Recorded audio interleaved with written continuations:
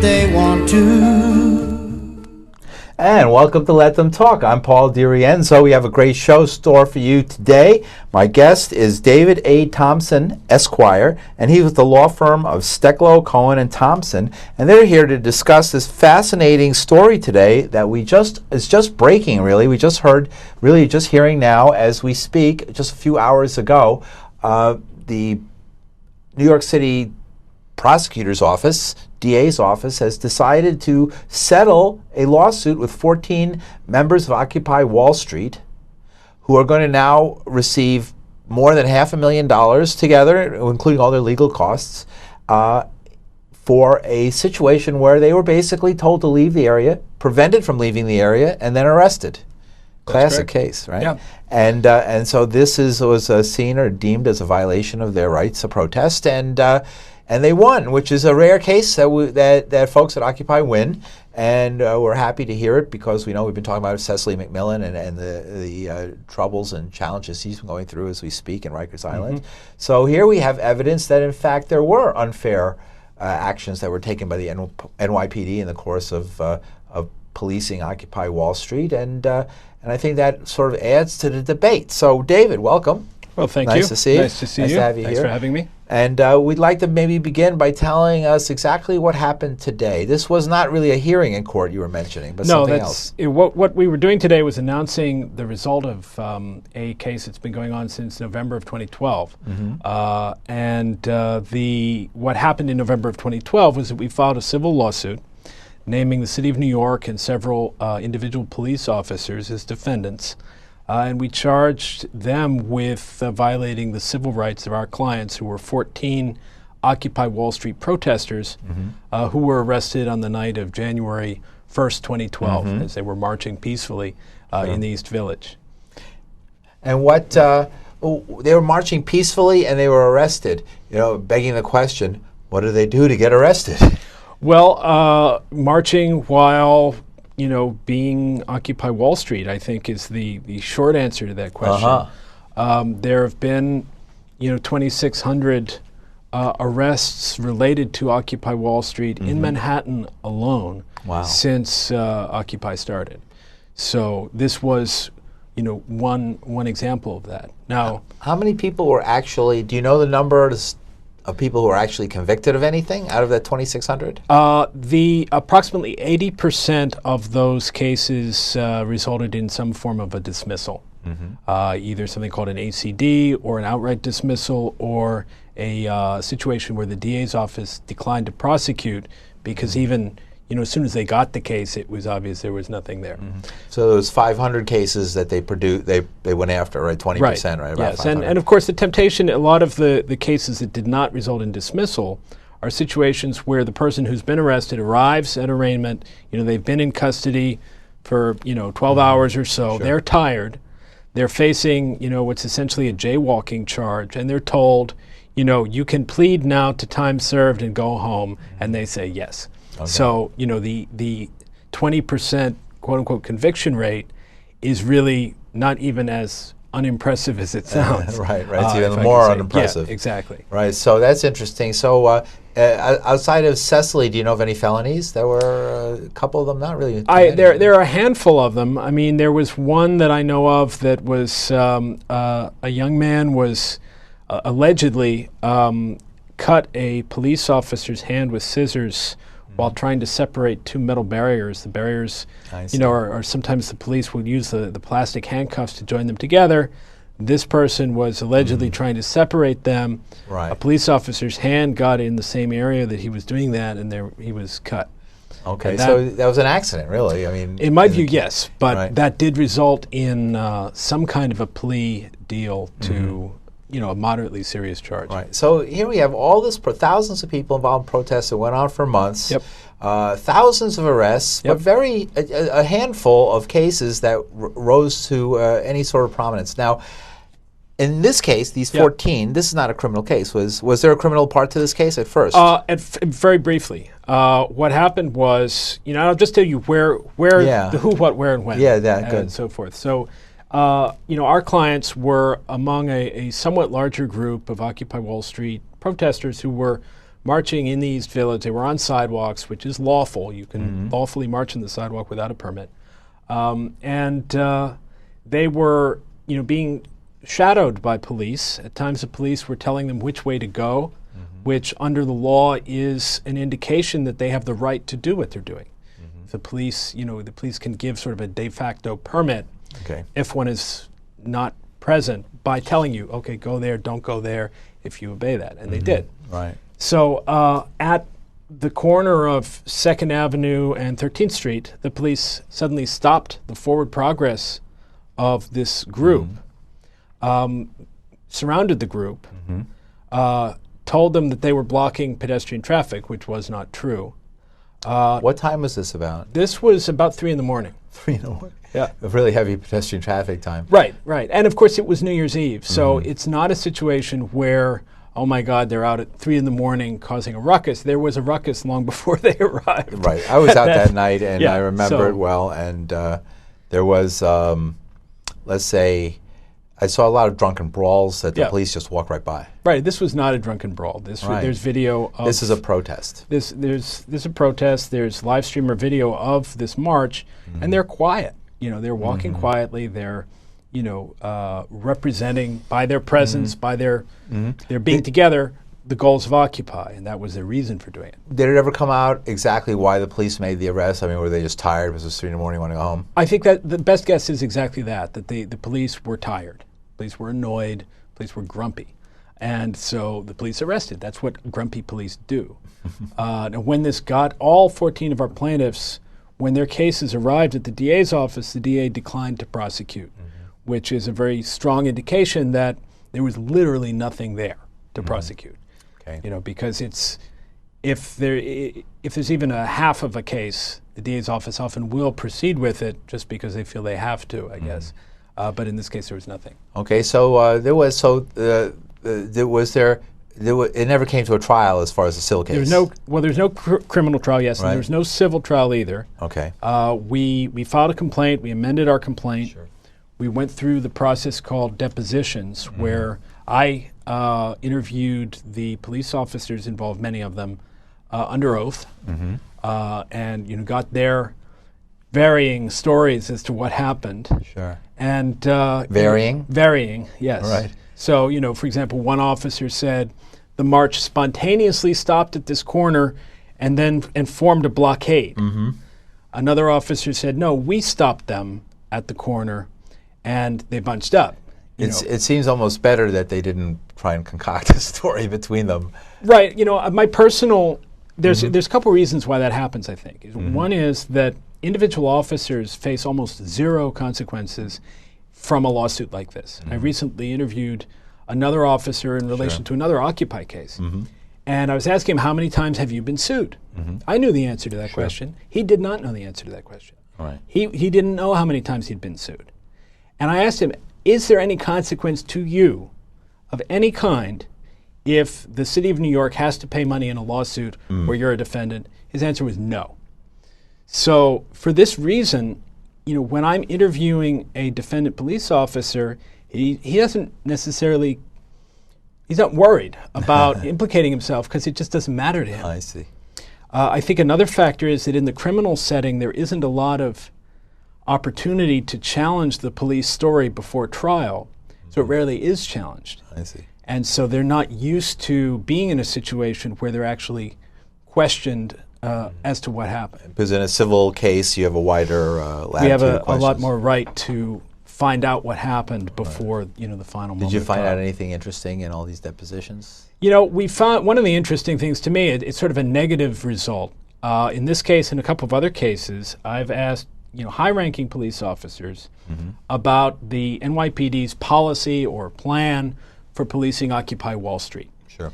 And they have all said, we didn't have a plan. We didn't have a policy, which is, of course, absurd. It seems that way. How could you arrest 2,600 people without ever, coming up with an overarching plan? How could you police, a 2.5-month occupation right near the Federal Reserve building, right near, the Wall Street, without ever coming up with a plan for how to do it? They're just responding day by day, they're claiming. According to them, Yeah. right? Which is obviously a lie. And but it's an interesting lie.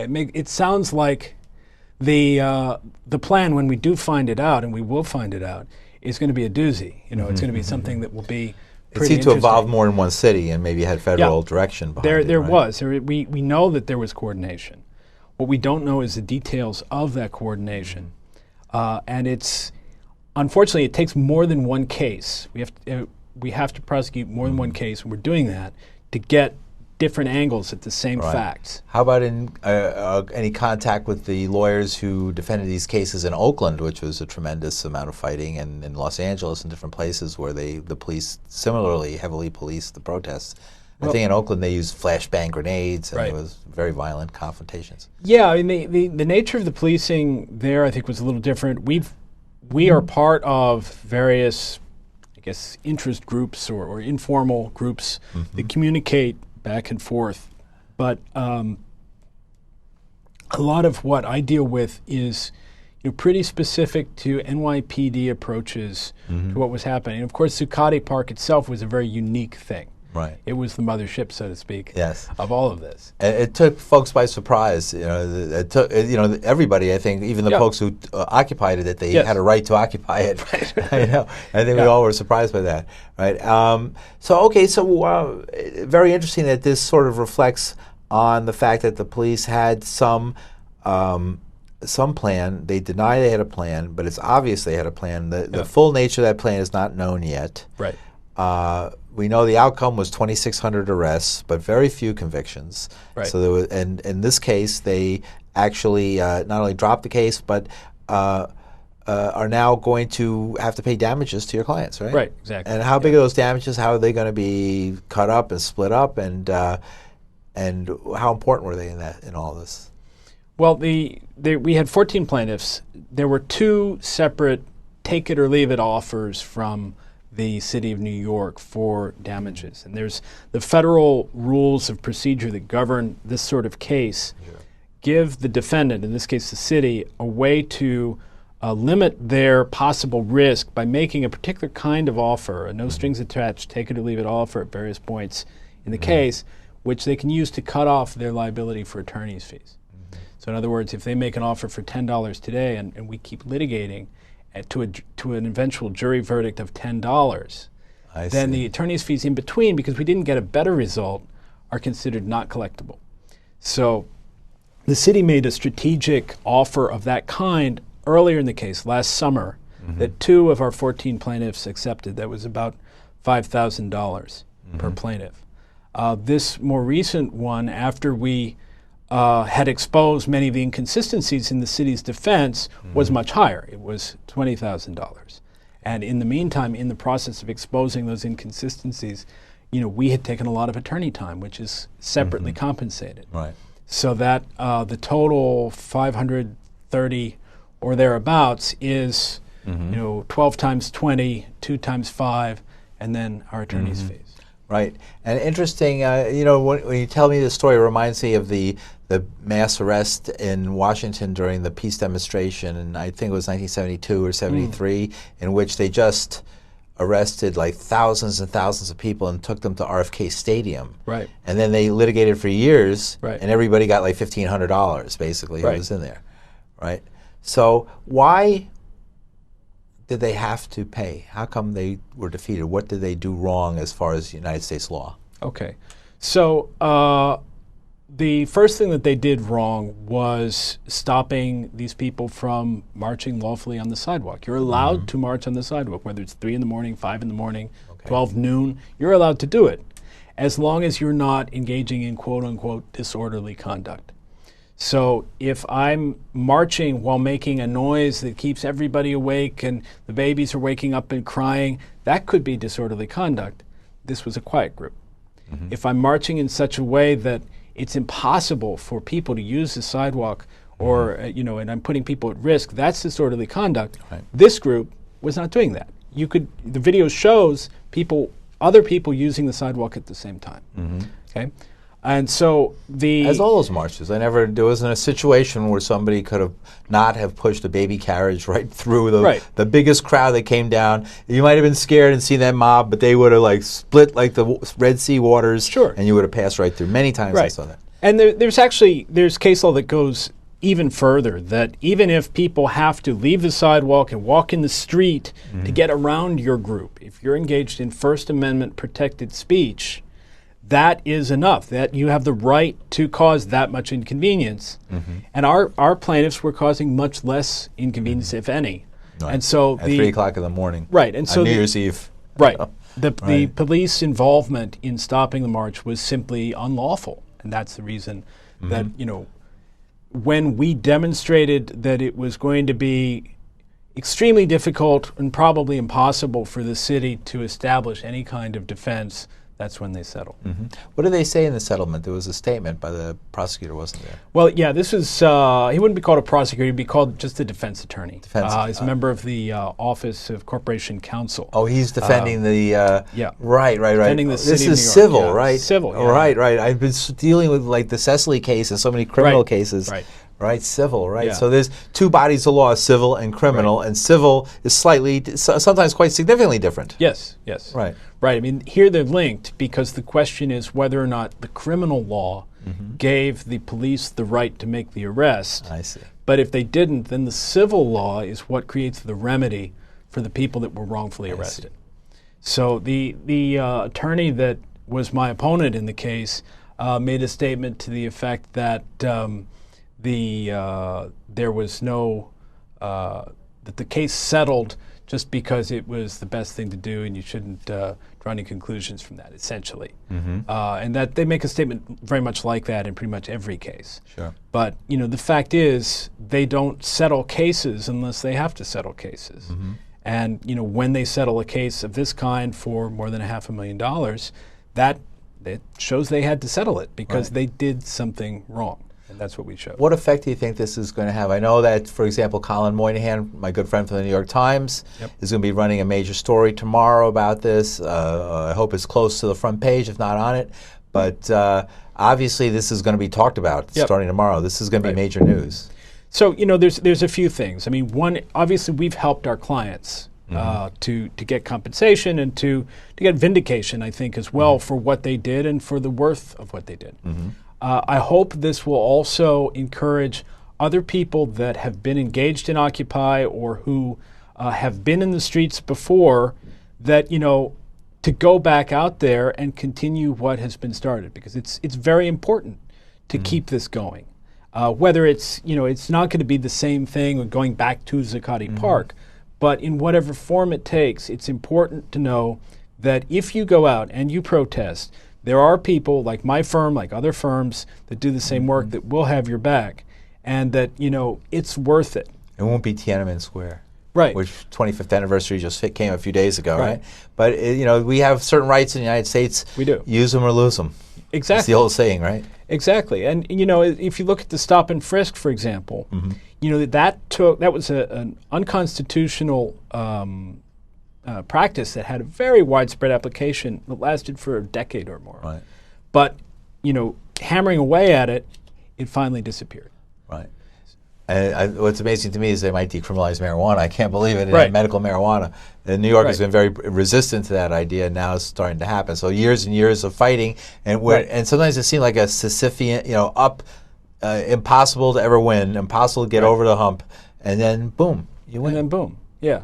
Right. And there is some possibility. It's like Gandhian almost. That the de Blasio administration will view things somewhat differently from the Bloomberg administration. They certainly do when it comes to stop and frisk. Right. There's the political change in Gracie Mansion was a big part of that change on the streets.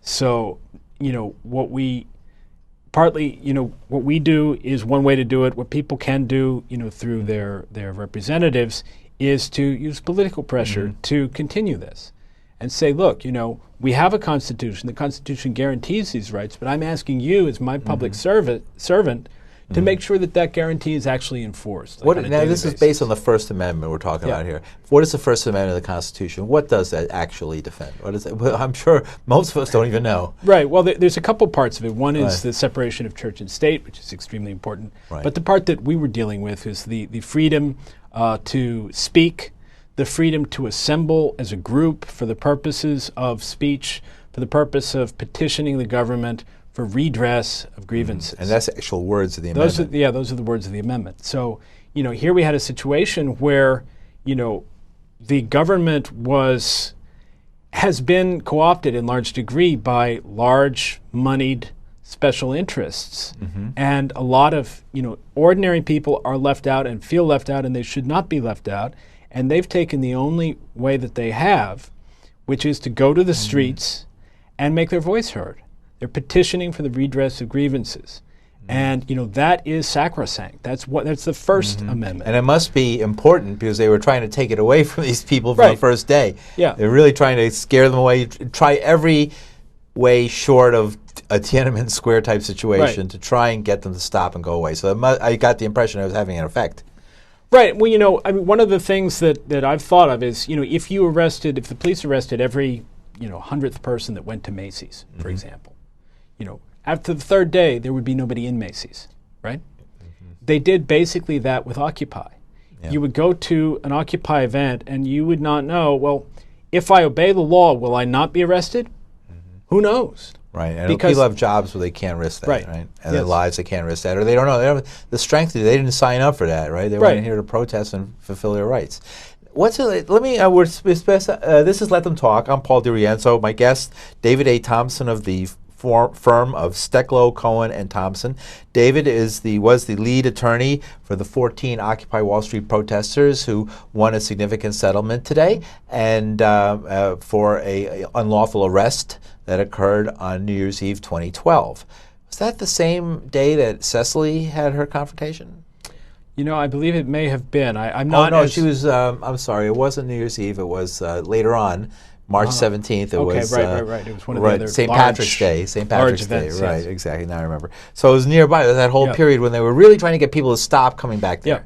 Yep. Really trying to stop because these protests were occurring there, even though people were no longer staying there. And you referenced Tiananmen, and obviously, we did not have tanks in the streets, but we did have the incident on October 1st in the Brooklyn Bridge, where the police, led. There's video of the police leading a group of 700 people onto the span, boxing them in and arresting them. Right, that was the tactic, wasn't it? And if you think about what they actually did there, this is a narrow span. It's 135 feet above a cold river. The fact that there wasn't a panic, the fact that there weren't people killed is actually remarkable and surprising.